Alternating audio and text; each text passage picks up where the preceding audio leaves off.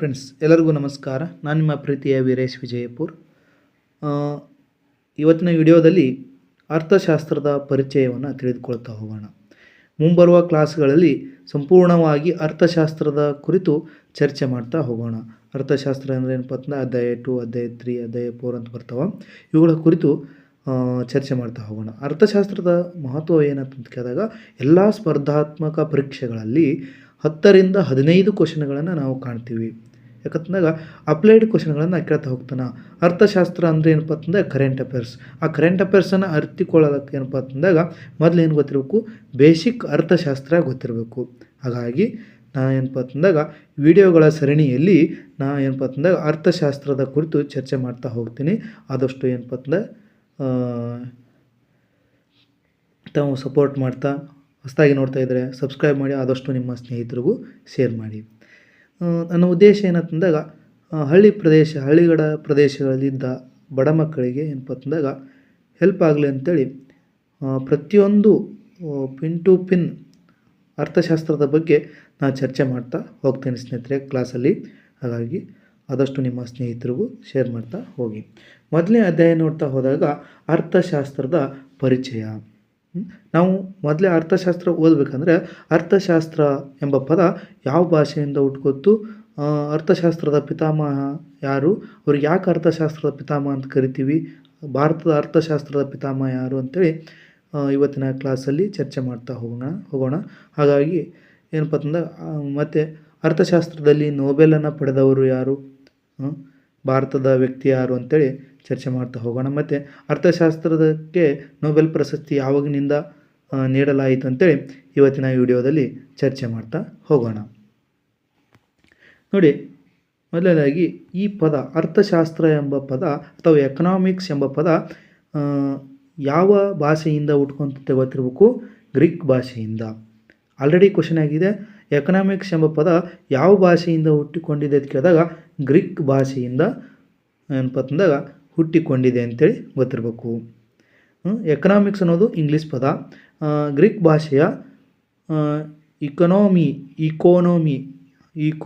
ಅಂತೇಳಿ, ಅದು ಎಕನಾಮಿ ಆದರೆ ಇದು ಇಕೋನಾಮಿಯ ಎಂಬ ಪದದಿಂದ ಬಂದಿದೆ. ಗ್ರೀಕ್ ಭಾಷೆಯ ಇಕೋನಾಮಿಯ ಎಂಬ ಪದದಿಂದ ಉತ್ಪತ್ತಿಯಾಗಿದೆ, ಅದು ಎಕನಾಮಿ ಎಂಬ ಪದ. ಹಾಗಾದರೆ ನೋಡ್ರಿ, ಈಕೋಸ್ ಎಂದರೆ ಮನೆ ಅಂತ ಅರ್ಥ ಗೊತ್ತಿರಬೇಕು. ಈಕೋಸ್ ಎಂದರೆ ಮನೆ ಅಂತ ಅರ್ಥ ಕೊಡ್ತತಿ. ನೋಮಸ್ ಅಂದರೆ ನಿರ್ವಹಣೆ ಅಂತ ಅರ್ಥ. ಸಾಮಾನ್ಯವಾಗಿ ಅರ್ಥಶಾಸ್ತ್ರ ಎಂದರೆ ಮನೆಯ ನಿರ್ವಹಣೆ ಅಂತ ಅರ್ಥ. ಒಂದು ಮನೆಯನ್ನು ಯಾವ ರೀತಿಯಾಗಿ ನಡೆಸಬೇಕು, ಯಾವ ರೀತಿಯಾಗಿ ಕಟ್ಟುನಿಟ್ಟಾಗಿ ಮನೆಯನ್ನು ನಡೆಸಿಕೊಂಡು ಹೋಗ್ಬೇಕಂತೇಳಿ ತಿಳಿಸುವುದೇ ಅರ್ಥಶಾಸ್ತ್ರ ಅಂತೇಳಿ ಹೇಳ್ತಾರೆ ಸ್ನೇಹಿತರೆ. ಗೊತ್ತಿರಬೇಕು. ಇಕೋನಾಮಿಯ ಅಂದರೆ ಗ್ರೀಕ್ ಭಾಷೆ 2 ಪದಗಳಿಂದ ಹುಟ್ಟಿಕೊಂಡಿದೆ. ಅರ್ಥಶಾಸ್ತ್ರ ಎಂಬ ಪದ ಅಥವಾ ಎಕನಾಮಿಕ್ಸ್ ಎಂಬ ಪದ ಈಕೋಸ್ ಅಂತ ಬರ್ತೈತಿ. ಈಕೋಸ್ ಮತ್ತು ನೋಮಸ್ ಎಂಬ 2 ಪದಗಳಿಂದ, ಗ್ರೀಕ್ ಭಾಷೆಯ 2 ಪದಗಳಿಂದ ಅರ್ಥಶಾಸ್ತ್ರ ಅಥವಾ ಎಕನಾಮಿಕ್ಸ್ ಎಂಬ ಪದ ಏನಪ್ಪ ಉತ್ಪತ್ತಿಗೊಂಡಿದೆ. ಅರ್ಥಶಾಸ್ತ್ರ ಎಂಬ ಪದದ ಅರ್ಥ ಏನಂತ ಕೇಳಿದಾಗ ಮನೆಯ ನಿರ್ವಹಣೆ ಅಥವಾ ದೇಶದ, ಮನೆ ಅಂತಂದ್ರೆ ಅರ್ಥ ಏನಿಲ್ಲ, ಒಂದು ದೇಶದ ಆಡಳಿತವನ್ನು ಯಾವ ರೀತಿಯಾಗಿ ಕಾಪಾಡಿಕೊಂಡು ಹೋಗ್ಬೇಕಂತೇಳಿ ತಿಳಿಸುವುದೇ ಅರ್ಥಶಾಸ್ತ್ರ ಅಂತೇಳಿ ಗೊತ್ತಿರಬೇಕು. ನೆಕ್ಸ್ಟ್ ನೋಡಿ, ಇಂಪಾರ್ಟೆಂಟ್, ಅರ್ಥಶಾಸ್ತ್ರವನ್ನು ಭಾರತದಲ್ಲಿ ಪ್ರಾಚೀನ ಕಾಲದಲ್ಲಿ ಏನಂದು ಕರೆಯಲಾಗ್ತಿತ್ತು ಅಂದಾಗ ಜಯ ಅಥವಾ ವಾರ್ತ ಎಂದು ಕರೆಯಲಾಗ್ತಿತ್ತು. ಇದು ಗೊತ್ತಿರಬೇಕು, ಇಂಪಾರ್ಟೆಂಟ. ಅರ್ಥಶಾಸ್ತ್ರವನ್ನು ಪ್ರಾಚೀನ ಕಾಲದಲ್ಲಿ ನಮ್ಮ ಭಾರತದಲ್ಲಿ ಏನೆಂದು ಕರೆಯಲಾಗ್ತಿತ್ತು ಅಂದಾಗ ಜಯ ಅಥವಾ ವಾರ್ತಾ ಎಂದು ಕರೆಯಲಾಗ್ತಿತ್ತು. ನೆಕ್ಸ್ಟ್, ಅರ್ಥಶಾಸ್ತ್ರ ಎಂಬ ಪದವನ್ನು ಪ್ರಚಲಿತಗೊಳ್ಳಲು ಮೂಲ ಕಾರಣರಾದವರು ಯಾರಂತ ಕೇಳಿದಾಗ ಆ್ಯಡಮ್ ಸ್ಮಿತ್ ಅಂತೇಳಿ ಗೊತ್ತಿರಬೇಕು, ಇಂಪಾರ್ಟೆಂಟ. ಅರ್ಥಶಾಸ್ತ್ರ ಎಂಬ ಪದವು ಪ್ರಚಲಿತಗೊಳ್ಳಲು ಮೂಲ ಕಾರಣವಾದ ವ್ಯಕ್ತಿ ಯಾರಂತ ಕೇಳಿದಾಗ ಆ್ಯಡಮ್ ಸ್ಮಿತ್ ಅವರನ್ನು ನಾವು ಏನು ಕರಿತೀವಿ ಅಂತಂದಾಗ ಆಧುನಿಕ ಜಗತ್ತಿನ ಅರ್ಥಶಾಸ್ತ್ರದ ಪಿತಾಮಹ ಯಾರಂತ ಕೇಳಿದಾಗ ಆ್ಯಡಮ್ ಸ್ಮಿತ್ ಅಂತೇಳಿ ಗೊತ್ತಿರಬೇಕು. ಅರ್ಥಶಾಸ್ತ್ರ ಎಂಬ ಪದ ಪ್ರಚಲಿತಗೊಳ್ಳಲು ಕಾರಣವಾದ ವ್ಯಕ್ತಿನೇ ಆ್ಯಡಮ್ ಸ್ಮಿತ್ ಅಂತೇಳಿ ಗೊತ್ತಿರಲಿ. ಪ್ರಾಚೀನ ಕಾಲದಲ್ಲಿ ನಮ್ಮ ಭಾರತದಲ್ಲಿ ಅರ್ಥಶಾಸ್ತ್ರವನ್ನು ಏನೆಂದು ಕರೆಯಲಾಗ್ತಿತ್ತು ಕೇಳಿದಾಗ ಜಯ ಅಥವಾ ವಾರ್ತಾ ಎಂದು ಕರೆಯಲಾಗ್ತಿತ್ತು, ಗೊತ್ತಿರಲಿ. ನೆಕ್ಸ್ಟ್ ಇಂಪಾರ್ಟೆಂಟ್, ಆ್ಯಡಮ್ ಸ್ಮಿತ್ ಬಗ್ಗೆ ನಮಗೆ ಗೊತ್ತಿರಬೇಕಾಗಿ ಅವ್ರ ಬಗ್ಗೆ ಏನಪ್ಪ ಅಂತಂದಾಗ ಗೊತ್ತಿರಲೇಬೇಕು. ಕ್ವಶನ್ಗಳನ್ನು ಇವ್ರ ಮೇಲೆ ರೈಸ್ ಆಗಿದ್ದಾವೆ ಏನಪ್ಪ ಅಂತಂದಾಗ ಹಳೆಯ ಕ್ವಶನ್ ಪೇಪರ್ದಲ್ಲಿ ನೋಡ್ತಾ ಹೋದಾಗ ಆ್ಯಡಮ್ ಸ್ಮಿತ್ ಅವರ ಮೇಲೆ ಏನಪ್ಪ ಅಂತಂದಾಗ ಕ್ವಶನ್ ಆಲ್ಮೋಸ್ಟ್ ಆಲ್ ಏನಪ್ಪ ಅಂತಂದಾಗ ಕೇಳ್ತಾ ಬಂದಿದ್ದಾನೆ, ಗೊತ್ತಿರಬೇಕು. ಇವರನ್ನು ಏನು ಕರಿತೀವಿ ನಾವು, ಅರ್ಥಶಾಸ್ತ್ರದ ಪಿತಾಮಹ ಎಂದು ಕರಿತೀವಿ. ಯಾರನ್ನು? ಆ್ಯಡಮ್ ಸ್ಮಿತ್ ಅವರನ್ನು ಅರ್ಥಶಾಸ್ತ್ರದ ಪಿತಾಮಹ ಎಂದು ಕರಿತೀವಿ. ನೆಕ್ಸ್ಟ್ ಇವರು 1776ರಲ್ಲಿ, ಇಂಪಾರ್ಟೆಂಟ್ ಇದು, ಮೋಸ್ಟ್ ಇಂಪಾರ್ಟೆಂಟ್ ಇದು ಸಹ, ಏನಪ್ಪ ಅಂತಂದಾಗ ಮುಂಬರುವ ಎಲ್ಲ ಸ್ಪರ್ಧಾತ್ಮಕ ಪರೀಕ್ಷೆಗಳಲ್ಲಿ ಕೇಳಬಹುದಾದ ಒಂದು ಪ್ರಶ್ನೆ.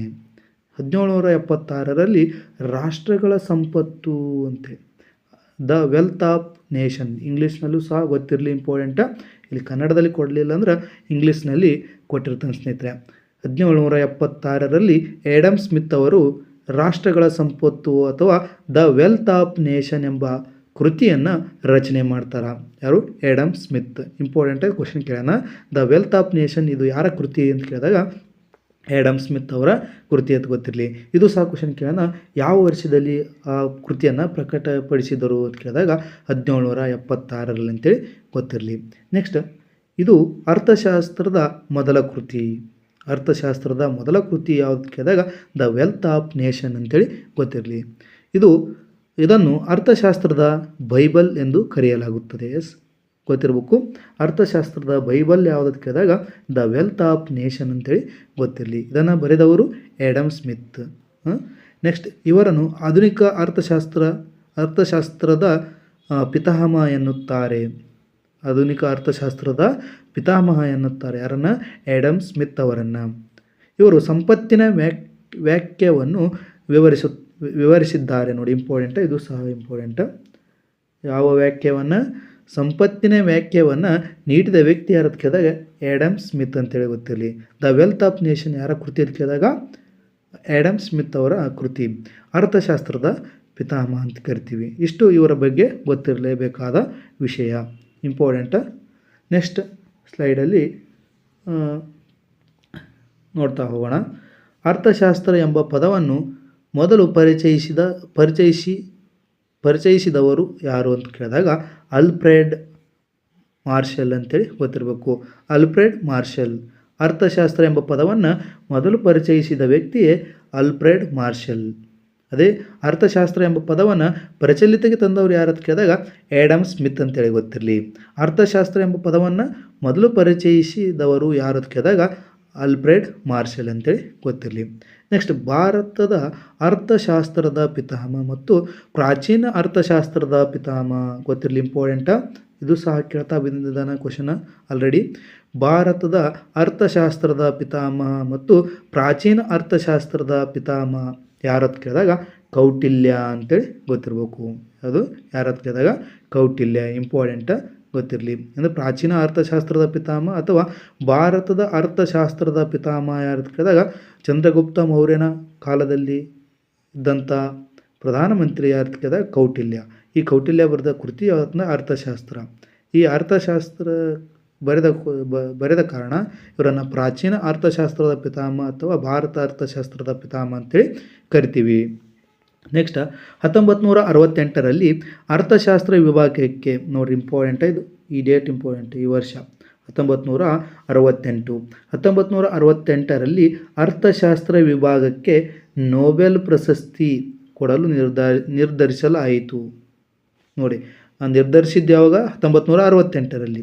ನೋಡಿ, ಕನ್ಫ್ಯೂಸ್ ಮಾಡ್ಕೋಬೇಡಿ. ಅವರು ಏನಪ್ಪ ಅಂತಂದ್ರೆ ಅರ್ಥಶಾಸ್ತ್ರ ವಿಭಾಗಕ್ಕೆ ನೊಬೆಲ್ ಪ್ರಶಸ್ತಿ ನೀಡಬೇಕಂತೇಳಿ ನಿರ್ಧರಿಸಿದ್ದು ಯಾವಾಗ ಅಂತ ಕೇಳಿದಾಗ 1968ರಲ್ಲಿ. ಅದಕ್ಕೆ ನೀಡಿದ್ದು, ಅರ್ಥಶಾಸ್ತ್ರಕ್ಕೆ ನೀಡಿದ್ದು ಯಾವಾಗ ಅಂತ ಕೇಳಿದಾಗ 1969ರಲ್ಲಿ. ಯಾರಿಗೆ ಅಂತ ಕೇಳಿದಾಗ ರ್ಯಾಗ್ನರ್ ಪ್ರಿಚ್ ಅಂತ ಬರ್ತಾರೆ ಸ್ನೇಹಿತರೆ, ರ್ಯಾಗ್ನರ್ ಪ್ರಿಚ್. ಇಂಪಾರ್ಟೆಂಟ, ಇದು ಮಿಸ್ಟೇಕ್ ಆಗಿದೆ, ಪ್ರಿಚ್ ಅಂತೇಳಿ ಗೊತ್ತಿರಬೇಕು. ರ್ಯಾಗ್ನರ್ ಪ್ರಿಚ್ ಮತ್ತು ಜಾನ್ ಟೀನ್ ಬರ್ಜಿನ್, ಇಂಪಾರ್ಟೆಂಟ, ಇವರಿಬ್ಬರು ಇಂಪಾರ್ಟೆಂಟ. ಅರ್ಥಶಾಸ್ತ್ರಕ್ಕೆ ನೊಬೆಲ್ ಪ್ರಶಸ್ತಿ ಪಡೆದ ಮೊದಲ ವ್ಯಕ್ತಿಗಳು ಇವರು. ಯಾರು? ರ್ಯಾಗ್ನರ್ ಪ್ರಿಶ್ ಮತ್ತು ಜಾನ್ ಟೀನ್ ಬರ್ಜಿನ್ ಅಂತೇಳಿ. ಜಾನ್ ಟೀನ್ ಬರ್ಜಿನ್ ರವರಿಗೆ ಅರ್ಥಶಾಸ್ತ್ರದ ಮೊದಲ ನೊಬೆಲ್ ಪ್ರಶಸ್ತಿಯನ್ನು ನೀಡಿ ಗೌರವಿಸಲಾಯಿತು. ಇಂಪಾರ್ಟೆಂಟಾಗಿ ಗೊತ್ತಿರಬೇಕಿದು. 2 ವರ್ಷಗಳನ್ನು ನೆನಪಿಟ್ಕೊಂಡ್ಬಿಡಿ. ಅದು ನೀಡಬೇಕಂತೇಳಿ ನಿರ್ಧಾರ ಮಾಡಿದ್ದು 1968ರಲ್ಲಿ, ನೀಡಿದ್ದು 1969ರಲ್ಲಿ. ಯಾರ್ಯಾರಿಗೆ ಕೇಳಿದಾಗ ರ್ಯಾಗ್ನರ್ ಪ್ರಿಶ್ ಮತ್ತು ಜಾನ್ ಟೀನ್ ಬರ್ಜಿನ್ ಅವರಿಗೆ ಈ ಏನಪ್ಪ ಅರ್ಥಶಾಸ್ತ್ರ ವಿಭಾಗದಲ್ಲಿ ಮೊಟ್ಟ ಮೊದಲಿಗೆ ಪಡೆದುಕೊಂಡ ವ್ಯಕ್ತಿಗಳು ರ್ಯಾಗ್ನರ್ ಪ್ರಿಶ್ ಮತ್ತು ಜಾನ್ ಟೀನ್ ಬರ್ಜಿನ್ ಅಂತೇಳಿ. ಇಂಪಾರ್ಟೆಂಟ್ ಗೊತ್ತಿರಲಿ. ನೆಕ್ಸ್ಟ್, ಅರ್ಥಶಾಸ್ತ್ರ ವಿಭಾಗದಲ್ಲಿ ನೊಬೆಲ್ ಪ್ರಶಸ್ತಿ ಪಡೆದ ಮೊದಲ ಮಹಿಳೆ ಯಾರು ಅಂತೇಳಿ ಗೊತ್ತಿರಬೇಕು. ಇಂಪಾರ್ಟೆಂಟ್. ಯಾಕೆ ಅರ್ಥಶಾಸ್ತ್ರದ ಮಹತ್ವ ಎಷ್ಟಿದೆ ಅಂತೇಳಿ ಗೊತ್ತಿರಬೇಕು. ಅಂಥ ಜಗತ್ತಿನ ಅತ್ಯಂತ ಶ್ರೇಷ್ಠವಾದ ಪ್ರಶಸ್ತಿ ಯಾವುದಂದಾಗ ನೊಬೆಲ್ ಪ್ರಶಸ್ತಿ.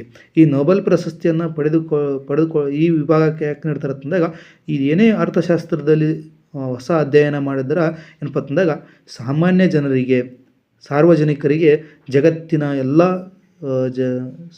ಜನರಿಗೆ ಹೆಲ್ಪ್ ಆಗುವಂತೆ ಅವರು ಅಧ್ಯಯನ ಮಾಡಿರ್ತಾರೆ. ಹಾಗಾಗಿ ಅವ್ರಿಗೆ ಏನಪ್ಪ ಅಂತಂದಾಗ ನೊಬೆಲ್ ಪ್ರಶಸ್ತಿಯನ್ನು ನೀಡ್ತಾ ಬರ್ತೀವಿ.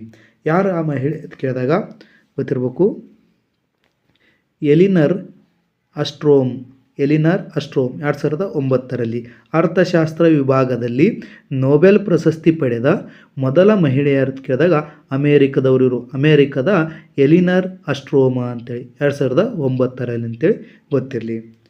ನೆಕ್ಸ್ಟ್, ಜಗತ್ತಿನಲ್ಲೆಲ್ಲ ಏನಪ್ಪ ಅಂತಂದಾಗ ನೊಬೆಲ್ ಪ್ರಶಸ್ತಿ ನೀಡ್ತಾ ಬಂದ್ವಿ. ನಮ್ಮ ದೇಶಕ್ಕೆ ಏನಪ್ಪ ಅಂತಂದ್ರೆ ಅರ್ಥಶಾಸ್ತ್ರದಲ್ಲಿ ನೊಬೆಲ್ ಪ್ರಶಸ್ತಿ ಬರಬೇಕಾಗಿತ್ತು, ಬಂತು. ಎಷ್ಟರಲ್ಲಿ ಕೇಳಿದಾಗ 1998ರಲ್ಲಿ.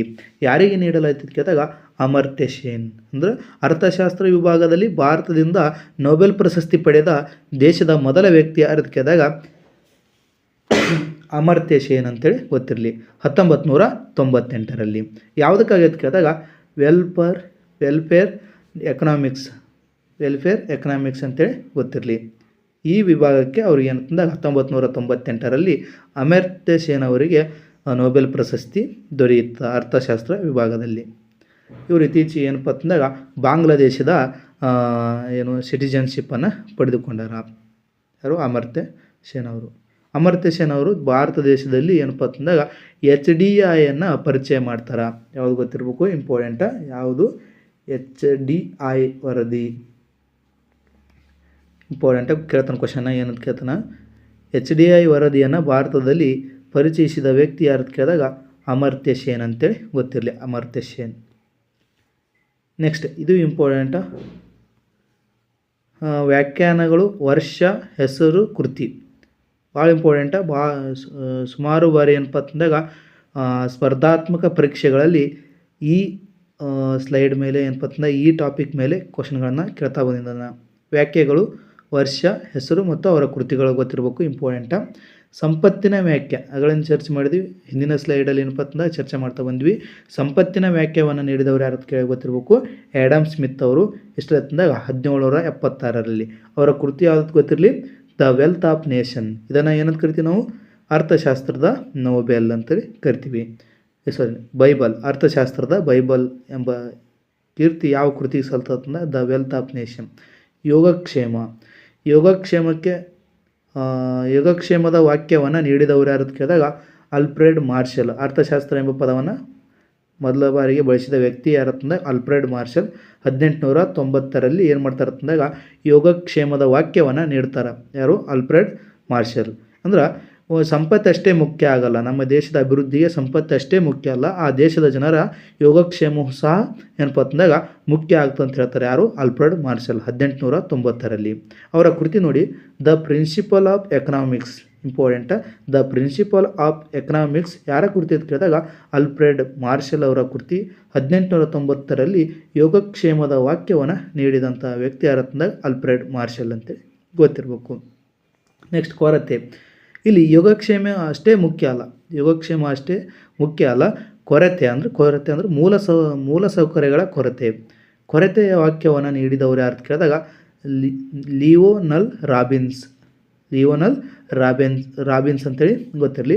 1932ರಲ್ಲಿ ಕೊರತೆಯ ವಾಕ್ಯವನ್ನು ಮಂಡಿಸ್ತಾರೆ. ಯಾರು? Lionel Robbins. ಇಂಪಾರ್ಟೆಂಟಾಗಿ ಗೊತ್ತಿರ್ಬೇಕು. ಕೊರತೆಯ ವಾಕ್ಯವನ್ನು ಮಂಡಿಸಿದಂಥ ವ್ಯಕ್ತಿ ಯಾರದ್ದು ಕ್ವಶನ್ ಕೇಳ್ತಾ ಹೋಗ್ತಾನೆ? Lionel Robbins. 1932ರಲ್ಲಿ.